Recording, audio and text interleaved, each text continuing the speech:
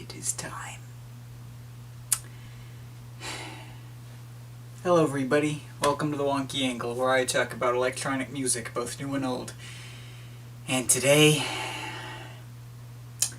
I'm talking about the debut album from David Guetta. Just a Little More Love. So, about a year ago, I listened to this man's entire discography completely honestly, because I was curious, and because I make good life decisions. Judging by the fact that a bunch of people thought I was joking when I said I wanted to talk about Guetta in depth, I have a feeling most people's impression of Guetta is that he is boring and not worth expending thoughts upon. But let me make it perfectly clear to you all. I actually have a ton of things to say about this man and his 6 albums. Like, I said before that Swedish House Mafia have, nothing to discuss about, but they only have 6 songs. Guetta has 6 albums, so you'd think there'd have to at least be something interesting in the whole bunch. And, yeah, there actually kinda is. Not necessarily in good ways, but, stuff that's fun to talk about, and or rant about. If you still think Guetta is a joke, then you can feel free to watch these videos purely as entertainment, because I suppose Guetta is still kind of a joke. But I took these seriously once, and I can't go back now. We ready? Now, I'm fairly certain pretty much everyone who's around my age has heard at least one David Guetta song at some point, but unless you specifically told them what songs he made, they probably wouldn't be able to identify him. That's the thing about Guetta, you'd be hard-pressed to find pretty much anyone, and especially in the world of EDM, that is so completely devoid of recognizable qualities.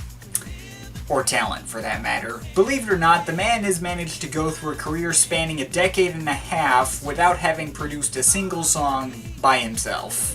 I'm not even exaggerating. I searched up and down his Wikipedia and Discogs pages for one single song that he produced all by himself, and I found a total of 0.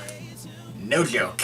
It's fairly commonplace for some big pop star or rapper like Nicki Minaj or Drake to not have a single song on their own terms, because they're not producers, they're performers. They don't put together a beat, they sing or rap on top of someone else's beat. But we're talking about an actual producer here. Guetta's job is to put together said beat, and he's apparently never once in his entire life been able to pull it off by himself. Sure, he always at least co-produces all his songs, but apparently he cannot make a beat without asking somebody else for help. That's pretty pathetic. I still stand by the opinion that Guetta is one of the all-time worst big producers in his genre, and now I have the experience to back it up, though that's not to say he's completely useless. He may not have any songs that don't have someone else's production credit on it, but that doesn't mean every song he's ever written is bad. To give an example, imagine my surprise when I tried listening to his debut album and finding that it was actually pretty good.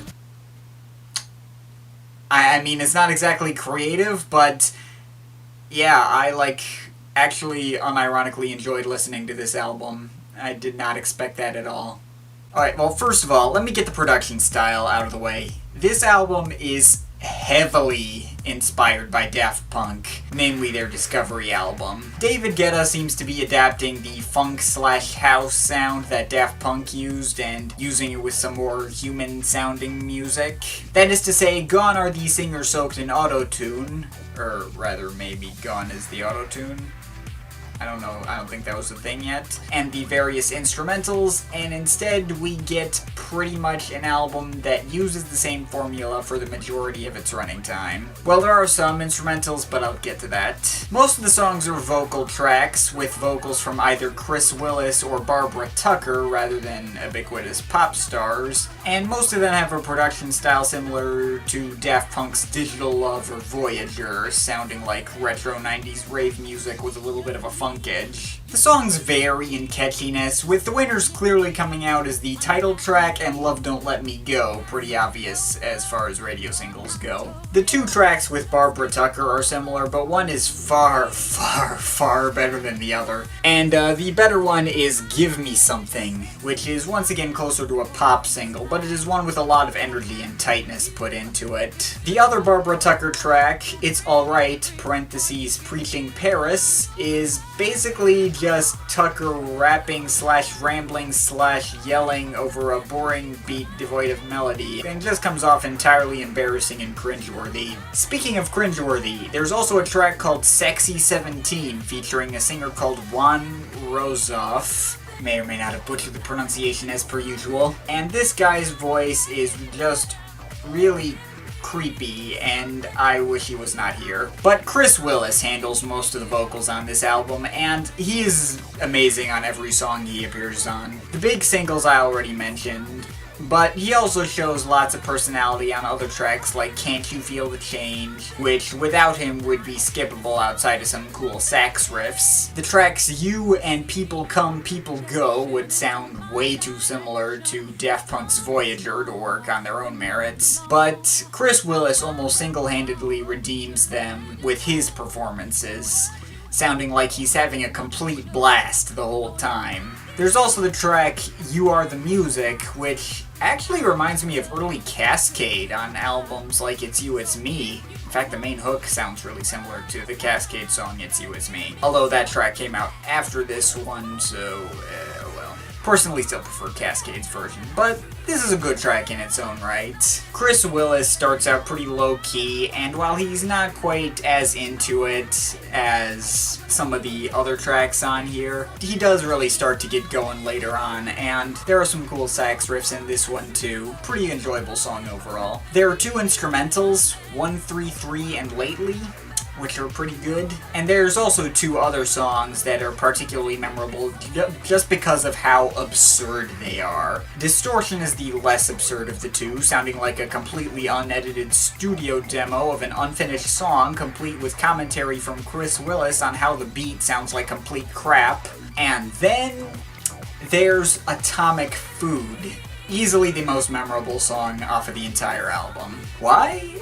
The song's lyrics are pretty much Chris Willis reading his grocery list in a progressively over-the-top and hammy voice.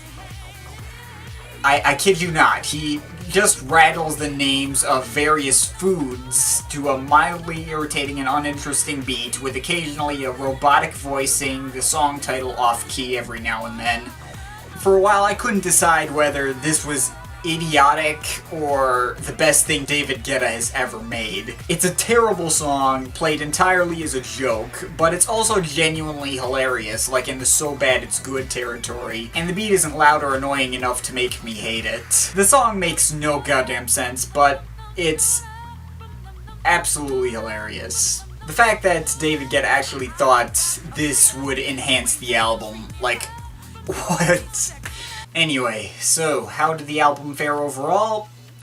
Well, yeah, actually it was pretty good if I have to say so myself. Most of the songs are not very memorable, and Guetta is drowning in his influence here and coming out sounding really uncreative. Not to mention, this album just overall sounds remarkably amateurish and low profile compared to everything else that's been released under Guetta's name. It really does in fact sound like it was the product of three guys screwing around in their studio who had just recently heard Daft Punk's Discovery, loved the crap out of it, and wanted to make stuff kinda like it. But weirdly enough, I think that just kind of makes it more fun to listen to. They're not taking themselves totally seriously, and everyone involved sounds at least like they're having fun. It's a surprisingly enjoyable release, especially if you're a fan of that old retro 90s rave sound like I am. Not exactly the best rave album I've ever heard, and not a must-listen, but if you're a fan of that kind of music, you're likely to enjoy this album. I certainly didn't expect to, and was pleasantly surprised. Maybe you will too. Now, did the album change my opinion that Guetta is a terminally lazy producer?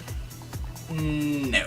Aside from the fact that Chris Willis pretty much made this album, well, first of all, the entire album was co-produced by Joachim Garraud, as were Guetta's next two albums. I have no idea how much of this album is Guetta and how much is Garraud, but I do know Garraud produced one Jean-Michel Jarre album 3 years prior, being Metamorphoses, one of Jarre's best albums in my opinion. So I'm a little more inclined to credit Garraud, but I have no idea. That being said, I enjoyed this album way more than I probably had any right to. Whatever combination of Guetta, Garraud, Willis, Barbara Tucker, etc., I guess it worked here. The result is actually fairly enjoyable. Not fantastic from start to finish, and I definitely have my problems with it, but anytime I put it on, I can't help but find myself enjoying it. And even the stupid parts have their charm. Not a must listen, nothing to go out of your way for, but I don't feel like my time was wasted by it. Yeah, we're starting off this discography review on